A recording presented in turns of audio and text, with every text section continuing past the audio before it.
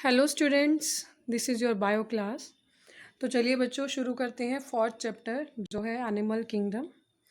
अगर हम सबसे पहले बात करें कि एनिमल किंगडम में हमें क्लासिफिकेशन की ज़रूरत ही क्यों पड़ी, मतलब एनिमल किंगडम जो चैप्टर है ये हम क्यों पढ़ रहे हैं या इसमें हम जो क्लासिफिकेशन पढ़ेंगे वो क्यों इम्पॉर्टेंट है। क्योंकि बच्चों हमें पता है कि बहुत सारे मिलियंस ऑफ स्पीशीज़ हैं जो एनिमल्स की जो अब तक डिस्क्राइब की जा चुकी हैं। इसीलिए उनको मतलब उनके थ्रू आउट स्टडी करना या उनको असाइन करना एक सिस्टमेटिक वे में वो मतलब काफ़ी हेल्पफुल हो जाता है अगर हम उन्हें क्लासीफाई करते हैं। इसीलिए एनिमल किंगडम में क्लासिफिकेशन प्रोसेस को इम्प्लीमेंट उस पर किया गया।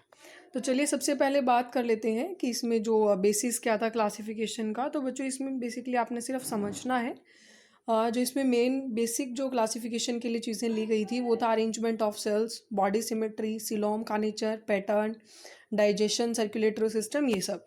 तो सबसे पहले हम यही बात करते हैं कि इसमें सबसे बेसिक जो चीज़ें थी किस तरीके से उनको समझना है, कैसे उन टर्म्स को पहले समझना है, उसके बाद हम क्लासिफिकेशन डिस्कस करेंगे।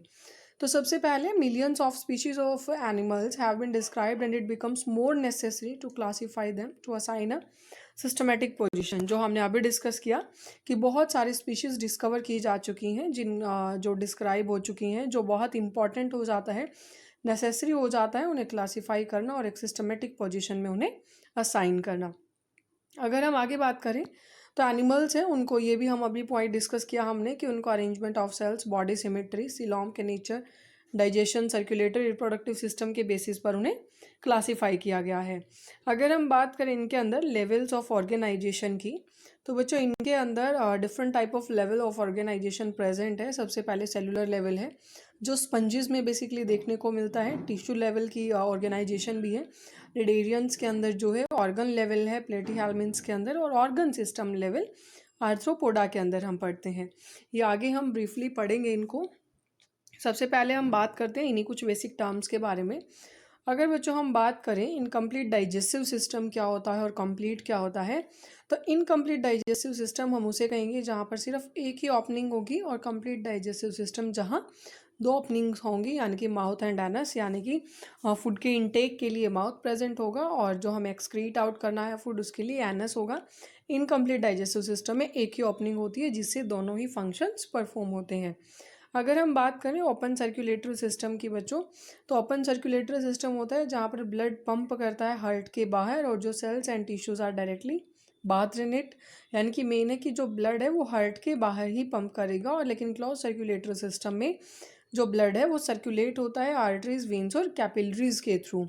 ओके, तो ये कुछ टर्म्स हैं जो आगे काफ़ी हेल्प करेंगी आपको कैरेक्टरिस्टिक समझने में।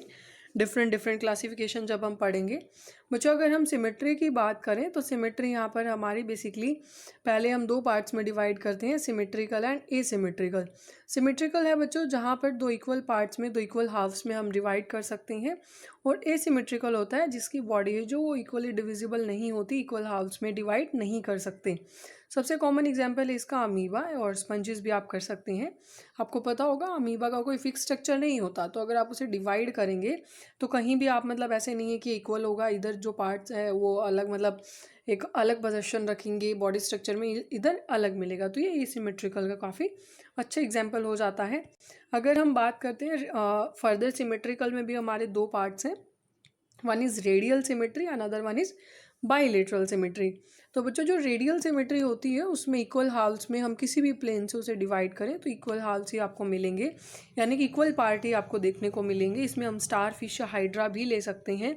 और बाईलेटरल में क्या होता है, जहाँ पर हम डिवाइड कर सकते हैं किसी एक ही प्लेन से, ठीक है, किसी एक प्लेन से हम डिवाइड करेंगे तो वो दो इक्वल पार्ट्स में आ जाएगा। सभी वर्टिब्रेट्स इसके अंदर आते हैं। अगर हम बात करें यहाँ आप एग्जांपल देख सकते हो, ये रेडियल सिमेट्री का है बच्चों। इसको आप किसी भी हाफ से आप डिवाइड करते हो तो इक्वल ही आपको मतलब पोर्शंस मिलेंगे। और ये है बाइलेटरल सिमेट्री, इसको आप सिर्फ इसी प्लेन में डिवाइड कर सकते हो, सिर्फ इसी हाफ में। ओके, तो ये आपने समझ लेना है। उसके बाद बच्चों अगर हम बात करें एनिमल्स की, यहाँ पर हम बात कर लेते हैं डिप्लोब्लास्टिक और ट्रिप्लोब्लास्टिक ऑर्गेनाइजेशन की। तो कुछ एनिमल्स हैं बच्चों जिनके अंदर सिर्फ दो ही एम्ब्रियोनिक लेयर्स होती हैं, जिसमें एक्सटर्नल एक्टोडर्म और इंटरनल एंडोडर्म है, उनको हम कहेंगे डिप्लोब्लास्टिक ऑर्गेनिज्म, जिसमें पॉरीफेरा एंड निडेरिया होते हैं। ये किस तरह से प्रेजेंट है, चलिए डायग्राम के थ्रू समझते हैं इसे भी।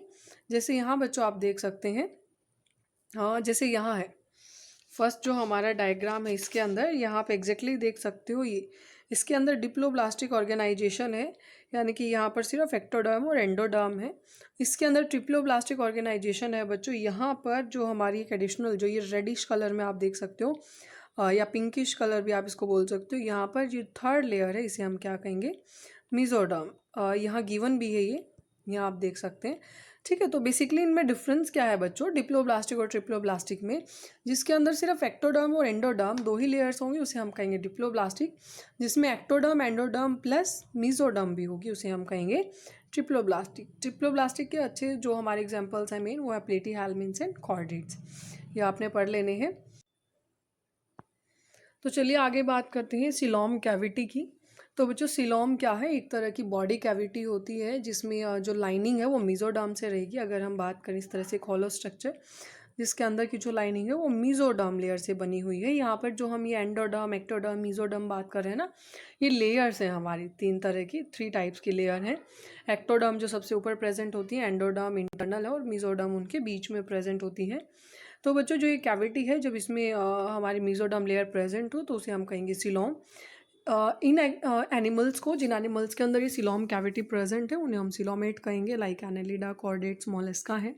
कुछ एनिमल्स होते हैं बच्चों जिनमें ये जो कैविटी है वो कैविटी तो प्रेजेंट होगी लेकिन वो मेसोडर्म से लाइनिंग नहीं होगी, बल्कि उसके अंदर बहुत सारे पाउचेस प्रेजेंट होंगे एक्टोडर्म और एंडोडर्म के बीच में। हाँ इस तरह से, मतलब ऐसे पाउचेस, जैसे यहाँ आप देख सकते हैं ये जो पाउचेस हैं, मतलब इस तरीके से प्रेजेंट होंगे, उसे हम क्या कहेंगे, सूडोसीलोम। वहाँ पर हम वर्ड यूज़ करेंगे सूडोसीलोमेट्स, जो एस्कल मीन्स में होता है। सूडो का मतलब होता है बच्चों फॉल्स, ओके, यानी कि वो एग्जैक्टली सीलोम नहीं है लेकिन सीलोम की तरह है। और कुछ ऐसे एनिमल्स होते हैं जिनके अंदर ये बॉडी कैविटी बिल्कुल ही एब्सेंट होती है, उसे हम कहेंगे एसीलोमेट, जो प्लेटीहेल्मिन्थ्स के अंदर देखने को मिलता है। तो बच्चों ये हमारा जो डायग्राम है इसके थ्रू रिप्रेजेंट भी किया गया है सीलोमिक कंडीशन, सूडोसीलोमेट्स और एसीलोमेट्स को, तो ये आपने कर लेना है। उसके बाद बच्चों हम बात करें अगर सेगमेंटेशन की, तो कुछ एनिमल्स होते हैं जिनकी जो बॉडी एक्सटर्नली और इंटरनली डिवाइड होती है डिफरेंट डिफरेंट सेगमेंट्स के अंदर। जैसे अगर हम अर्थवॉर्म का एग्जांपल ले सकते हैं, अर्थवॉर्म के अंदर अगर आप ऐसे देखें तो बहुत सारे ऐसे सेगमेंट्स बने हुए होते हैं। ठीक है, तो उनके लिए हम जो वर्ड यूज़ करेंगे वो हम कहेंगे मेटामेरिक सेगमेंटेशन, यानी कि जहाँ पर रिपीटिशन हो, सेगमेंट्स का क्या हो, रिपीटिशन। यहाँ आप देख सकते हैं सेगमेंट्स रिपीट हो रहे हैं, उसके लिए जो हम वर्ड यूज़ करते हैं उसे हम कहेंगे मेटामेरिक सेगमेंटेशन। इसके अलावा बच्चों एक पॉइंट और एडिशनल आपने इसमें ऐड कर लेना है, जिसमें बात आती है नोटोकॉर्ड की। किसकी बात आएगी, नोटोकॉर्ड की, ये भी आप लिख लें, सी है ये। नोटोकॉर्ड में बच्चों क्या होता है, नोटोकॉर्ड एक मेसोडर्मली डिराइव मतलब ऑर्गन है, या हम कह सकते हैं एक पार्ट है जो रॉड लाइक स्ट्रक्चर है कहीं ना कहीं। और जो इसकी डेवलपमेंट है बच्चों वो एम्ब्रियोनिक डेवलपमेंट है। जो एम्ब्रियोनिक डेवलपमेंट होती है कुछ एनिमल्स में, उस टाइम पर ये ओरिजिनेट होता है। जिन एनिमल्स के अंदर, जो मेन आपने क्या समझना है, जिन एनिमल्स के अंदर नोटोकॉर्ड प्रेजेंट होगा उनको हम कहेंगे कॉर्डेट्स। क्या कहेंगे उनको, कॉर्डेट्स कहेंगे। आपने बस यही पॉइंट नोट कर लेना है, जिन ऑर्गेनिजम्स के अंदर नोटोकॉर्ड प्रेजेंट है उन्हें हम कॉर्डेट्स कहेंगे, और जिन एनिमल्स के अंदर नोटोकॉर्ड प्रेजेंट नहीं है उन्हें हम क्या कहेंगे बच्चों, उन्हें हम नॉन कॉर्डेट्स कहेंगे। क्या कहेंगे उन्हें हम, नॉन कॉर्डेट्स। तो मेन आपने क्या समझ लेना है, जिनके अंदर नोटोकॉर्ड प्रेजेंट है तो वो कॉर्डेट्स, और जिनके अंदर प्रेजेंट नहीं है वो नॉन कॉर्डेट्स हो जाएंगे। अगर हम नॉन कॉर्डेट्स की बात करें तो पॉलीफेरस या काइनोडर्म्स, जितना भी अभी हम पढ़ने वाले हैं फाइलम आगे, वो सभी ही नॉन कॉर्डेट्स की कैटेगरी में रहते हैं। तो बच्चों आज आपने ये पढ़ लेना है, कल से हम क्लासिफिकेशन है जो एनिमल्स का डिफरेंट फाइलम हम डिस्कस करेंगे। यहाँ तक कोई प्रॉब्लम है तो आप बता दें, उसको हम दोबारा डिस्कस कर लेंगे नेक्स्ट वीडियो में। यहाँ तक अच्छे से आपने नोट भी कर लेना है, नोट्स आप बना रहे होंगे साथ साथ, तो उसमें भी आप नोट कर लें और इसको समझ भी लें अच्छे से।